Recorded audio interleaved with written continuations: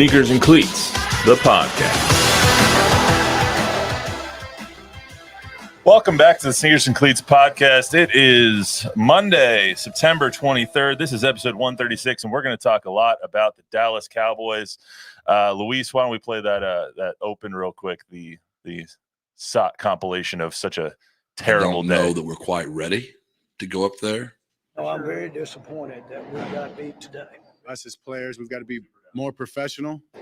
We were ragged in a lot of areas. We were not clean enough to get the win today. Our run defense and the attempts on our run offense we're not clearly on where we need to be right now. I like where we are right now. I don't like the outcome of the last two ball games.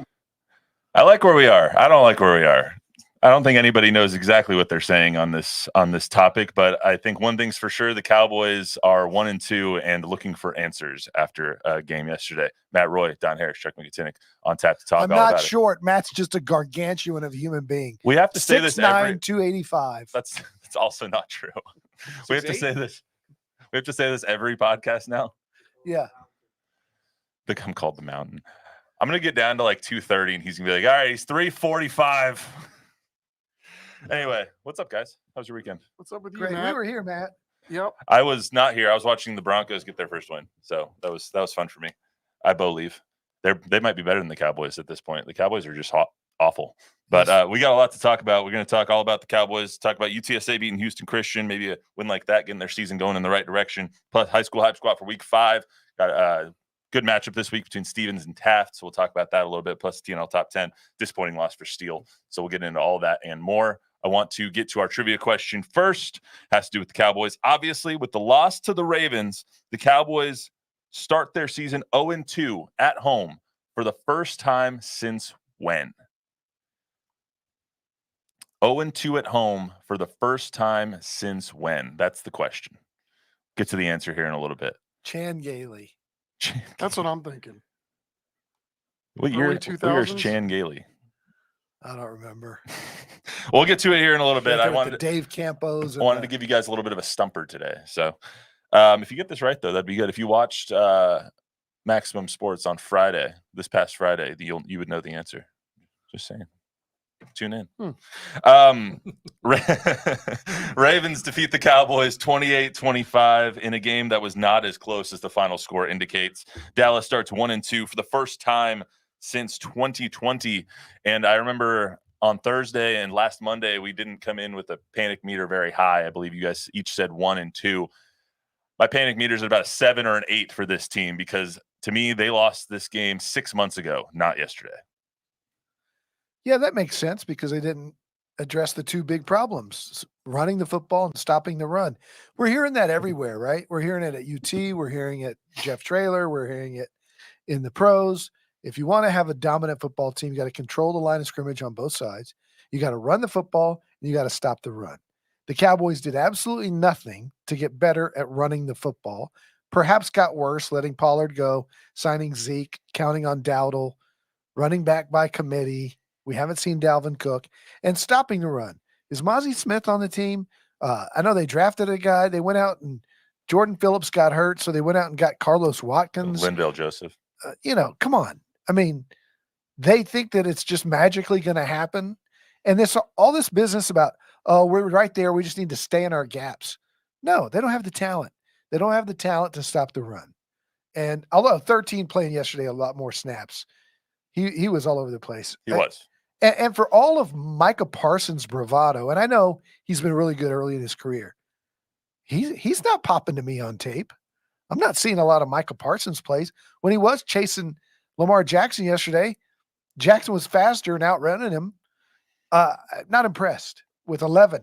For as much talking as he's doing, he needs to play better too. Chuck? Yeah, I think they're probably not as deep in the middle of that defensive line as they'd hoped they would be going into the season. They sure showed out. The whole group did week 1, but they've been really, really bad, like sieve bad, obviously, these last 2 weeks. I mean, it just looks like there's no resistance. And, these last two teams have kind of lined up and gone right down the field. And I saw a couple of cut-ups where, especially on the Lamar Jackson touchdown early, where 13 and 11 were both going to the running back. Like, these guys are doing everything they can to try to get in there and stop the run because they know that they're going to have to commit more bodies to doing it.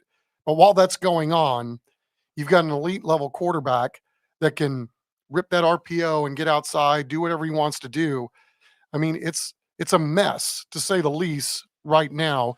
And I'm with you. That score was in no way indicative of what went on that football game yesterday. And I think my biggest takeaway is going to be Lamar Jackson after the game, talking about, we didn't keep our foot on the gas.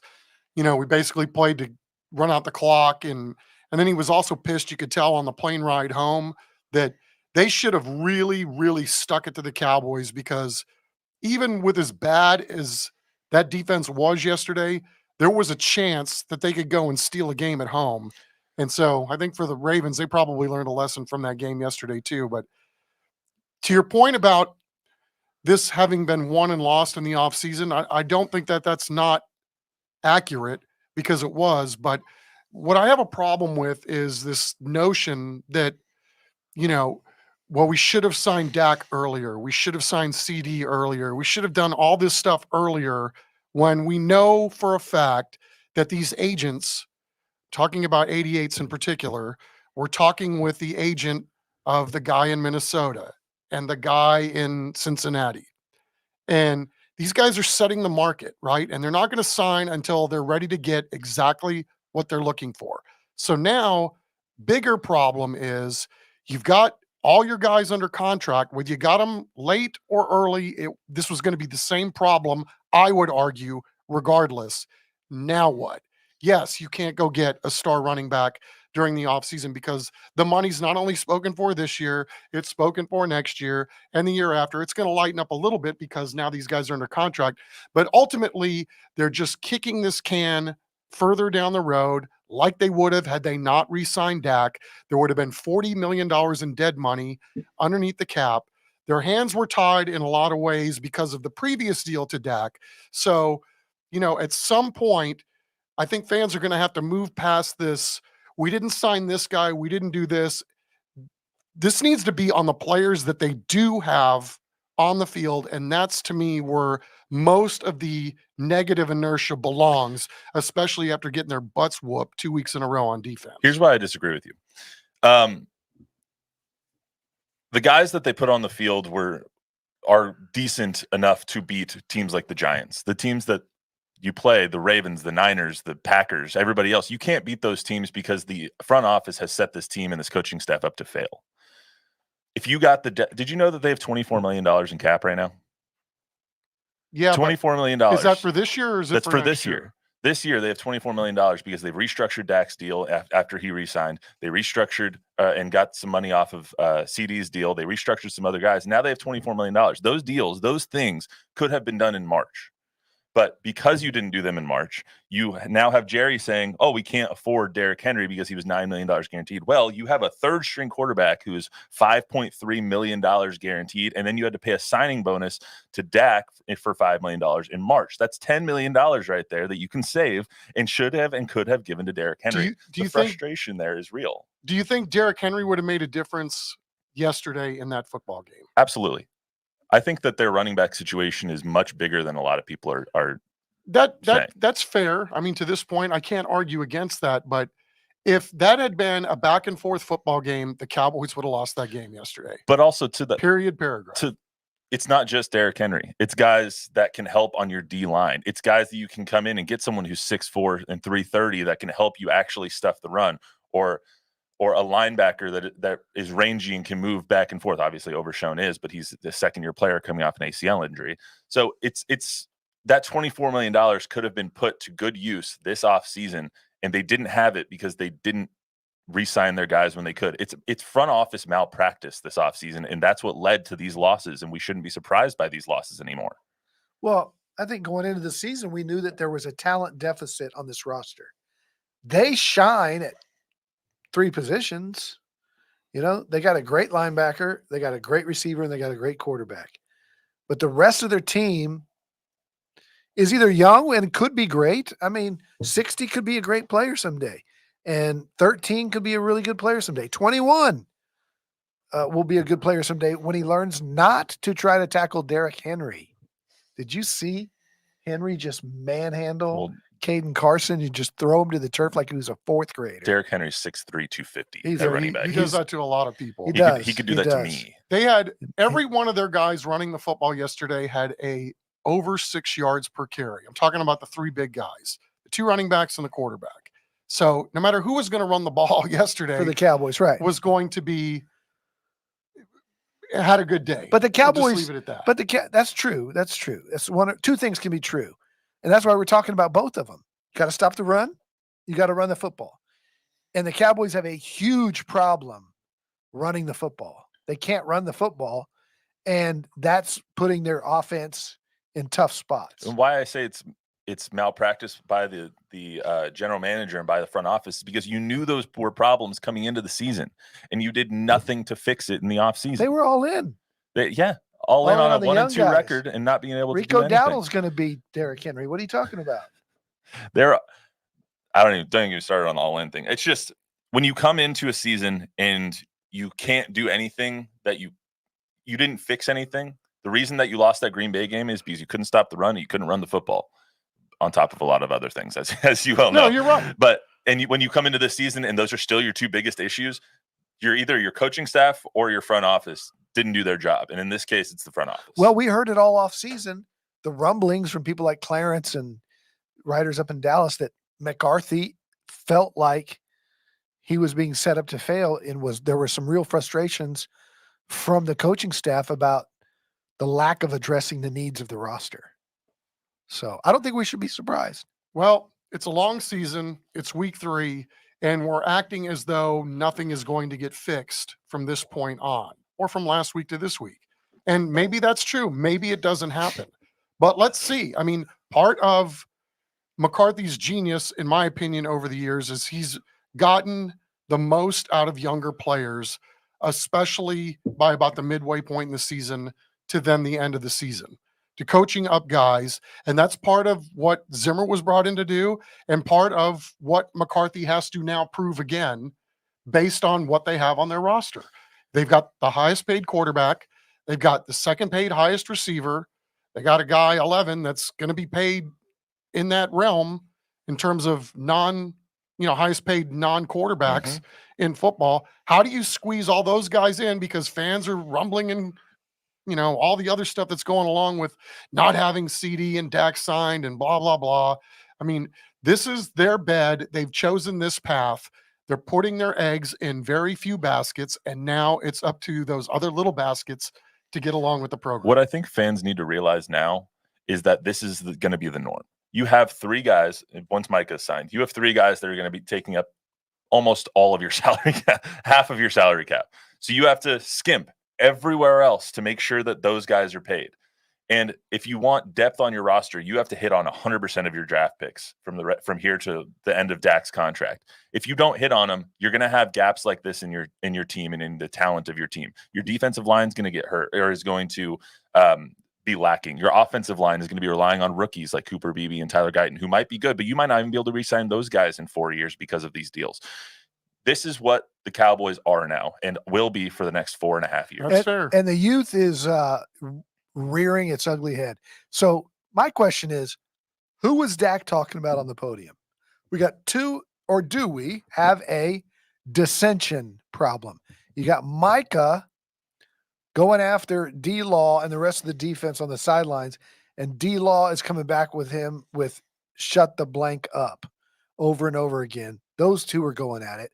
Then Dak on the podium says we have a lack of professionalism. Guys are not spending time at the facility watching tape. They don't know what it's like to be a professional. Guys are missing their – is he talking about CD? Because he's talking about know your routes, know your adjustments. CD is the one pouting and whining like a 2-year-old the whole game with his body language. So there's all this body language / lack of professionalism. McCarthy addressed it too. Like, guys are not taking their jobs seriously. We have a growing pains problem. We have a youth problem. It definitely sounds like splintering. It's a culture problem. And that's been there for a while. I don't know if that's been there for a while. I mean, it might be going on now, because I think you're right with what you saw yesterday because I saw the same things. But, again, 88 doesn't have a training camp. And boy, did he have a bad game yesterday. So I'm not saying that he's not, allowed to have a bad game every now and then. But if he's making all the money, why did 9 look like the best receiver on the field yesterday? Dak went away from him. And that's what I'm wondering. I'm wondering if when Dak's talking about everything that he talked about on the podium, if he's talking about CD, I don't know. But he's saying, it's about being in, spending the time in the film, spending time at the facility, knowing your routes, knowing the adjustments of the routes. The guy that was bad was 88. And Dak started going to 9. He started going to 1. He started going to 83. He started going to 87. He went to everybody but CD in the second half of that game. Bob, you got any comments from people? Well, Gilbert feels the same way. He said there's definitely rumbling on the sideline as well, not just with the fans. Then after Chuck said he wasn't sure if there's been rumbling for a while, he goes, "No, it's definitely been there." So he is, What, in the locker room, that there's been dissension and unprofessionalism in the locker room? No, I would disagree with that 100%. And that's okay if somebody wants to push back on that, but no, I don't see that at all. I haven't seen that up to this point. Well, there was Not all the a culture lick of talk it. after the Green Bay loss because of CD's parents or whoever was tweeting, and Micah and Micah's brother. and so there was 2 weeks on ESPN where they talked about the Cowboys having a culture issue because that's the kind of stuff that should be kept in house. I don't know that it was the players. It could have just been family. But if CD's mom is saying Dak ain't it, then where's she getting that from? One more, Bob. Andrew says Coach McCarthy and Zimmer need to go. I don't know. I mean, they probably will be after the season, but all right. And then just to top it off, we got the no Jerry Jones as general manager doesn't know what to do. I think Yeah, he shouldn't have been. He should have relinquished that role like 20 years ago. But here we are. Yeah, I'm not going to be surprised when they win on Thursday. They're probably going to kill the Giants because that's just what the Cowboys do. They kill the Giants, but then they go on and they have the Lions coming up. They have the Niners coming up. They're staring 3-5 in the face, and it's going to be a long, long season if that happens. Answer to the trivia question real quick. Trivia question one more time was, with the loss to the Ravens, the Cowboys start their season 0-2 at home for the first time since when? Got a guess? 2010. 2011. 2009-2010 season is the Oh, correct nice. answer. So I'll give it to you. The Wade Phillips year. One of the Wade Phillips Jerry. years. I think it was 2 seasons. What was that? 2 seasons after Tony fumbled against the Seahawks in the playoffs. 2009-2010 season. The first is the last time they went 0-2. Started the season 0-2. That was a 6-10 year, and then before that, I think it was 2001 was the last time. So now 3 times in the last 22 seasons or 22 years, they have gone 0-2 at home to start the season. So let's get to UTSA and Houston Christian real quick. UTSA defeated Houston Christian 45-7. Obviously, that's not a surprise. The line on the game was 35.5. I think it was just good to see them kind of clicking on all cylinders for a game, and I think it can give them some confidence. How do you guys think that can kind of propel them into conference play as they go into ECU this week? What's the line at ECU? I don't know. Actually, I can look. I don't know that it propels them. That's going to be a tough game to win. ECU. First of all, I watched the entire ECU Liberty game because it was delayed by like 3.5 hours, 4 hours. So I was finally home and I was watching it. ECU should have won that ball game. They can't stop a corner route to save their lives, but they should have won that ball game against Liberty. They're a good team. Yeah. What do you think, Chuck? Does UTSA get a little bit of a boost from this? I think so. I mean, because for whatever anybody thinks of Houston Christian, they scored 70 points the week before, I believe. So to go out knowing that you had to show some growth, I think, on the field and off the field, maybe for your own mental psyche going into this, you showed that you can dominate another team. It's the same thing I thought about Texas the other night, maybe a little bit of a slow start in their game, but now there's something to be said about handling your business and handling your business well. When you know that, maybe you haven't put your best foot forward and that you're trying to gain some momentum and see some growth as you go into the gauntlet part of your schedule. So, good for UTSA. And yeah, I think they did make some growth. Again, the other guys are getting paid too, literally and figuratively. Guess the line. So guess the line in that game. ECU, UTSA. It's a 3:00 kick in ECU. 9 ECU giving UTSA 9. 9? Yeah. It's a lot. You gonna say pick? Yeah. 4. 4 is the line on that game, which is a little bit closer than I thought it would be. Actually, I would say it would be like a 6.5 point because ECU's played a lot better than a lot of people give them credit for.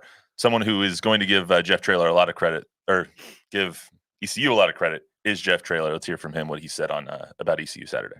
I don't know that we're quite ready to go up there and do that yet, but we've got to find a way to go up there and do that. And I want to give my kids every opportunity they can, because we've been cleaner at home twice, and haven't been so good on the road. And we've got an extremely tough opponent that we have a ton of respect for, and it'll be an absolute slobber knocker up there. I had to include the slobber knocker part. It's classic. Coach tomfoolery. It's going to be a really good game, I think. But I do think that seeing success on the field, no matter who you're playing, whether it's Houston Christian or Texas or whatever, can give you confidence going into this. Do you guys think that they're ready for this AAC conference to start their conference play? Yeah, they're ready. They're going to be good this year. I think ECU is really, really good, and being on the road is tough. The McCown kid's been good the last 2 weeks. He was decent against Texas, and he's shown growth. I mean, he was really bad against Texas State, and he's been better since horrible. then. And he was Whole team was horrible. good this week. He was like Chuck said. You want to show that you can do what you're supposed to do, and he did that. His rhythm's better, his timing's better, and don't forget, this kid completed 15 balls in a row at Tennessee last year in a tough environment with 105,000 people there. So it won't be him. It's whether or not they can protect him. And Mekhi Hart's getting back and playing a lot more JT snaps. Clark might come back. Vinley's back. I don't think JT's going to be back this week, but soon. We'll see. Maybe after the bye. Yeah, maybe after the bye. Chuck, what do you think going into AAC play? I'm in a kind of see it mode. Need to right see it to now. believe it. Let's watch the East Carolina game, see what comes of it. I think it's going to be a good game, and then we'll see if they can find some magic maybe towards the end of the game, because to be in a close game, I think at this point is going to prove a lot going forward. If they can find a way to win one late, and then maybe if they see it themselves, maybe that's the inertia that propels them the rest of the year. My thing is that you get basically the 4 easiest opponents left on your schedule over the next 5 weeks. You get ECU, then a bye, then you're at Rice, who is just bad. They're just a very bad team. FAU just got rolled by, I want to say it was an FCS team, one of the worst teams in college football this past week, and then they're at Tulsa. So that's a 4-0 schedule if you can take advantage of the games, if you can do the right things, if you can do all the little things that Coach Traylor always talks about. If you can do it, you start AAC 4-0, and then you go have Memphis come into the Alamo Dome, and that's going to be a huge game, even though Memphis lost this past weekend, which was surprising to Navy. The other takeaway for me with this team is the amount of true freshmen that Traylor's playing. I mean, he's got 5 running backs, right? I mean, we've all seen Robert Henry. We've all seen Brandon High is really good. Yeah, he's playing Brandon High. The kid, the Jamel Hardy kid with the catch, he reminds you of JT. He's got recruits, some transfers, but a lot of really young guys. Willie McCoy and Devin McCune are both sophomores. Jeff Traylor just keeps adding talent to this team. I thought we could see Kavorian Barnes, Robert Henry, Rocco Griffin all year long. Now we're seeing Henderson and Brandon High. These kids are fast as lightning, true freshmen that can play. They're also different backs. Like, I feel like Rocco and Robert and Kavorian are all very similar backs. One cut, get up the field. Brandon High is a different change of pace, which is kind of nice for that running game, especially if you're trying to run the outside zone, the stretch, and all those kinds of things. Yeah, So, and I think some of this is too, they're experimenting a little bit, right? Want to see who can play and who can't, who you're going to go forward with. don't get any more experiment time. It's conference play. It's time now, to go. So it's time to go. You play who can play at this point. Let's get to the high school hype squad. So we're going to do high school football for the rest of the time here. One of my favorite times of the entire week. TNL top 10 for week 5. I have a problem with Carlos once again. Steele lost. Ended up losing to Westlake, which we'll get into here in a second. But he dropped them from 1 to 3 when I think all of us know that if Steele played any team in our region, they would probably win by multiple touchdowns. Not if they played like they did the other night. Yeah, let's talk about the Westlake game. So they lost to Westlake 41 to 16. They did not play well. They went up 10-3 in that ball game because the Oklahoma recruit Jonathan Hatton ripped off a 75-yarder to start the game. There was no good offense for them the rest of the first half at the very least. Don? I don't want to beat up on a high school kid, but there's a lot of inaccuracy in the passing game. I watched the first half. I watched most of the game, and it was they were out of sync. You can give Westlake some credit for that, but a lot of the throws were just behind receivers, overthrown.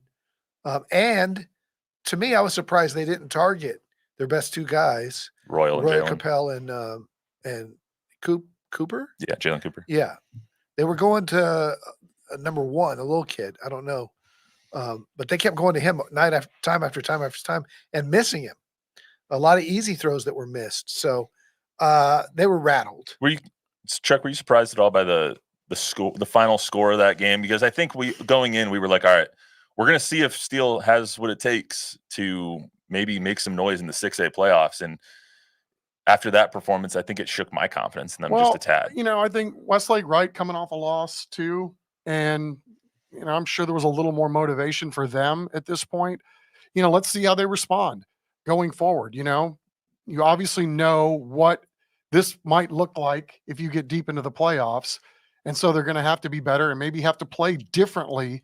But again, I just don't know, where's the motivation coming from every week? If you're Steele at this point, maybe that was a big picture wake up call, because you're right. I think around here, they're pretty much going to have a lot of success around here. Yeah. Right? You know what it reminded me of? It reminded me of like a Houston Cougars run and shoot that puts up 70 points, against a Michigan Big Ten team.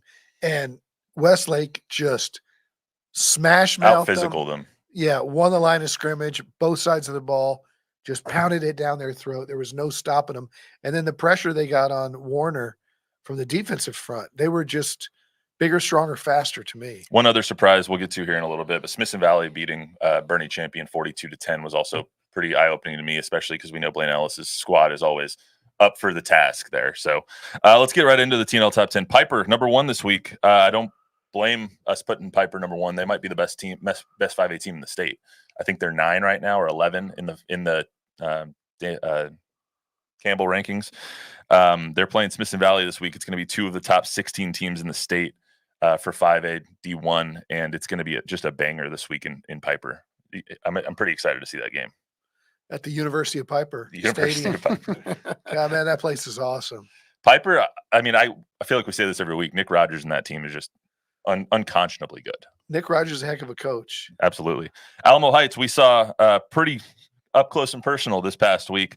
It was a real treat for all of us, I think, seeing Michael Terry III in person and seeing just what kind of Texas Longhorn he's going to be. Yeah.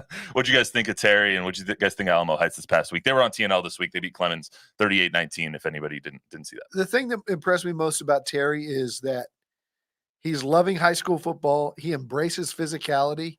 He's not protecting anything for the future. He's running the ball hard. He embraces contact. He looks for contact. Just a great teammate, and will versatile. Will play anywhere. Yeah, and I thought what was really cool too was that, Michael Terry's a great player. I think we already knew that going in, right? They got some other dudes too, right? Not DK just Garza Michael too. Terry. DK Garza is really good. He's going to be a good back next year. This year too, but next year when there's no more Terry and they got to figure out some other things to do. Heck of a safety too. Absolutely. I was impressed by that whole. Also, Orem and Alamo Heights is going to be really, really nice in 2 years. Once that high school is built, once they finish it all up, it's going to be lovely. We already talked about Steele a little bit. They play Clemens 7 o'clock at Lenhoff. They enter district play now. After seeing Clemens last week, I don't know how that game's really going to go because Clemens has so many injuries on their team. Chuck, real quick, tell us a little bit about Clemens and what they're dealing with, because obviously on Thursday there was a kid that literally had his foot run over the morning of and still ended up playing in the game. They've just kind of had a run of really bad luck there. Yeah, and that's kind of, in a microcosm, and maybe this is a horrible connect, but, just bouncing back no matter what comes your way. They even had a coach get sprayed by a skunk that morning too, I found out. So, just, it seemed like everything not going Clemens' way, but, bigger picture, the fact that They've lost 2 of their varsity players to death in the last 7 months. One of their players' mom passed away this week, and that young man still went out and played a football game on Thursday night. I mean, big picture stuff that really has nothing to do with X's and O's or who wins the scoreboard or any of that. I mean, the fact that the Clemens kids and coaching staff and the whole community is having to kind of rally around each other through the face of unbelievable adversity is it's really a strong tip of the cap to them. And then also, kind of a lesson for us all that, you have to keep persevering and do the best you can and pick up those around you. And then hopefully there are people around you that can pick you up when you need it too. How's the Rodney Atkins song go? If you're going through hell, just keep on going. That's right. Something like that. And the other thing that it reminds us of is just how lucky we are in San Antonio to have and the whole state to have the kind of coaches that we have who embrace their roles in people's lives as more than X's and O's in a game. It's something that D.W. Rutledge brought to the Texas Coaches Association with the Coaching to Change Lives philosophy. It's a curriculum that these guys have to take, just like you get a master's degree. And these men are invested in the lives of these 17-year-old kids that are knuckleheads a lot of the time and making them men and responsible citizens, and are there in emergencies when you lose somebody in the family or something like that. So hats off to Alan Hill and that whole staff and what they mean to their players. Absolutely. Can't say it any better than that. 4th team in our TNL top 10 is Southwest. Excuse me. Southwest, they are 4-0 now. They beat Laredo Martin 45-0. What are you doing over there, Luis? Oh, Luis went to Martin. Sorry, Luis. This is the first time since the 09-10 season that Southwest has started 4-0. They went undefeated that regular season. Ended up losing the first round of the playoffs. So tip of the cap to everybody down there at Southwest. Brennan now 3-1, 2-0 in district play after they beat Harlan 51-14. Brennan getting a little bit of revenge after last season. Harlan getting the first win in that series last season on TNL. Great game we had last year on TNL. This year, 51-14, Brennan come out and making a statement in their district. I would say so, right? Yeah. Especially where they started the season. Yeah. And then to beat Harlan, not just beat them, but to beat them like that, I'd say that might be one of those teams that ultimately, you got to look at down the road and go, okay, wow, this team's really made a lot of progress. They're racking up some impressive wins too. You shut out Soto, you beat Smithson Valley, and then you kill Harlan the way that they did this past Not a weekend. surprise with Steve Baser. It's the same script as last year. It's like you lose big in week 1, and then you slowly get better throughout the entire season, which is why it's so hard to not overreact, but you can't overreact, especially in the non-con play for these high schools, and really for football at every level. Exactly. Yeah. Smithson Valley beating Bernie Champion 42-10. That was a little surprising to me. They're now 3-1. They're 6th in our TNL top 10 poll. Like we said, they play Piper this week. Larry Hill's going to have his guys ready to roll for that matchup, because that could easily decide, 1, that district, but 2, how seeding goes in the playoffs, because both of those teams are going to make it. John Jay, I'm going to breeze through these last 4 here so we can get to the TNL matchup of the week. John Jay is 4-0 now. They are number 7 in our TNL top 10 poll. They defeated Southwest Legacy in a score you don't see very often, 9-3 this past week. Once again, Gary Gutierrez has his team purring as usual. They play Eagle Pass Win Friday 7:30. Brandeis had a bye this week. They're starting conference play this week. They play Johnson on Saturday. That's going to be a really good game, seeing how Johnson bounces back after their loss a couple weeks ago. New Braunfels, once again, destroying an opponent. Brad Mulder doing a great job up there in his first season. Indeed. Beats MacArthur 62-0. Wow. And they're 3-1, 1-0 in district now, and they play Victoria East Friday at 7. And then number 10 is a team that we're going to see on TNL this week. Taft is number 10. They beat Holmes 56-29. I was at that game to shoot it for us. They pulled out this 4 lateral trick play that literally started to the running back. Running back goes on the wheel. They toss it back to the quarterback, a little flea flicker type thing. It was actually a really well designed play. Cool.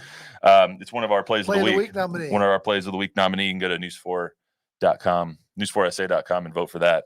TNL matchup of the week, guys. So we got Taft and Stevens. Maybe not the most highly anticipated matchup, but still a good one nonetheless, especially for a district play game. Ricky Stade, Chuck, has been there for a few years now. What do you get with a Ricky Stade coach team?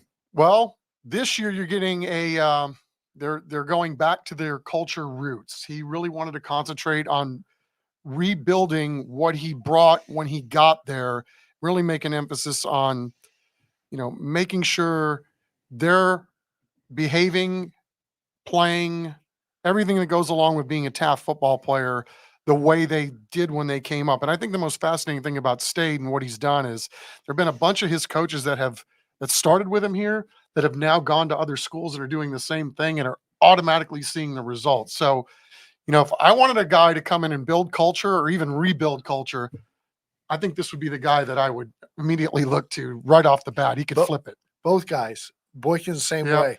Boykin's, man, I got an opportunity to hear him speak. He's a motivational speaker. And I wanted to just jump up and run out of the room and do something. Go through a brick wall real Yeah, quick? yeah. And the way that he goes about every single day with his kids on the field and off.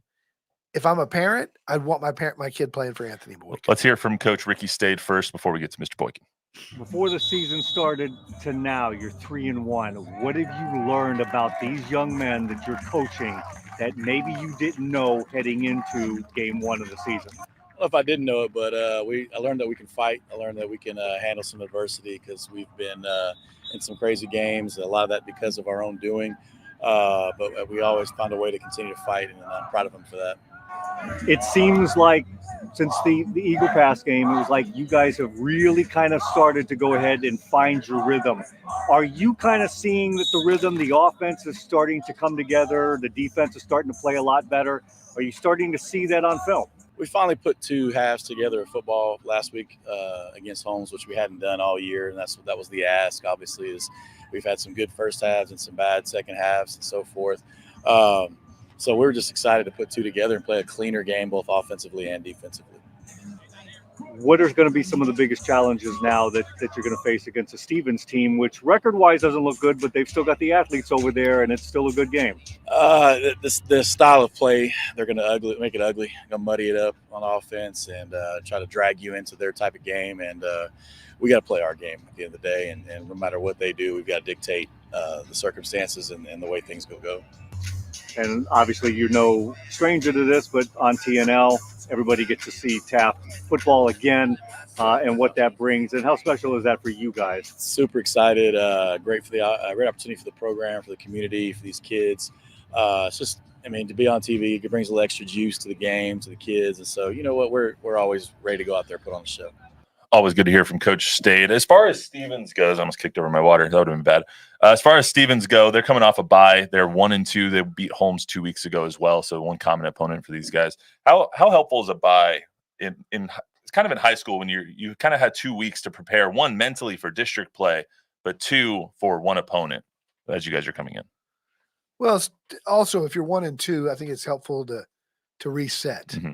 and I think that could be beneficial for them. Yeah, I like the fact that you get more days of practice, right? You get to really fine tune, and then you get another week to fine tune, and maybe, have a really good hard scrimmage against yourself that first week. So always a lot of benefits. And then too, it's kind of how most of these teams measure the season, right? In the NFL, they're doing it every 4 games. We'll sit back after the 4 games. Where are we at? Where do we need to get better? Where do we need to improve? Those kinds of things. It's the same thing on the high school level. Now they're going to come fast and furious, and you got to play at your best. And the ones that do are going to be the ones that punch their ticket to the postseason. Let's hear from Coach Anthony Boykin over at Stevens. You played 3 games. What have you learned about your young men after 3 games that you didn't maybe know about them going into week 1? Yeah, there's some, as you go through the course of a season, there's actually a lot of lessons that you learn. Off season, you try to, build a system in place, but until you're actually in the heat of battle, there's some things that you still have to figure out. So, probably one of the biggest things we learned was that we're actually pretty physical at the point of attack with the offensive line, which was a pleasant surprise for us. We had some seniors returning. We had others who hadn't played before, so they've shown that they can, come off the football defensively. The ability to track and tackle has still been a process to tackle consistently. We've gotten better since week one. It's a key. It's still blocking and tackling games, so that's what I talk about with the kids all the time. So those are probably the two basic things that we've learned through these first 3 games. Are you starting to see all of the fruits of the labor of the fall camp, the summer workouts? Is everything now starting? It seems like starting to come together especially on the offensive side of the ball. Yeah, I think so. We were disappointed in our production week 1, but it's gotten better week 2, and then definitely into week 3. So hopefully we'll continue through this. We call it the district tournament. We play in the SEC. The North Side is tough, but we've gotten better each week. Obviously, you guys are worried about the game. Television is a secondary type thing for you guys, but it does get a chance to showcase Stevens community, and everything that you guys are all about. What does that mean for you guys, for this team, for this community? Yeah, it's a neat deal. We appreciate you guys, showcasing all the kids' talents. It's big for our community. The community really supports Falcon football. They take pride in it. There'll be a big crowd on Thursday night. The kids are excited about it. And we play a great opponent. Taft is really good. They're really well coached. And so it'll be an exciting night. Great speaker there, Anthony Boykin. You were right, Don. He does speak extremely well. Man, he's got a motivational talk that he talks about motivating kids, and he was motivating other coaches where I saw him, and he was talking about if you can't be up for every day, then you're doing the kids a disservice. And he was talking about to the coaches about, you got stuff going on at home, you got this going on, but about what you have to deliver every single day to the kids, whether they're, in the locker room, whether they're going to class, whatever. And it was, I think everybody in the room when he was done standing, he was really, really good. He could be a preacher if he wasn't a football coach. He missed his calling. Yeah. No, he's in the right spot. This is a guy who loves football and he loves those kids, and I'm looking forward to Thursday night. Thursday night's going to be really fun. That's all we got for you today on the Sneakers and Cleats podcast. Remember to download, rate, review, subscribe, give us a 5-star rating, tell a friend, tell an enemy. We'll be back on Thursday to preview what could be the last game we care about of the Cowboys season if they lose to the Giants. If not, we'll see you then. It's a long year.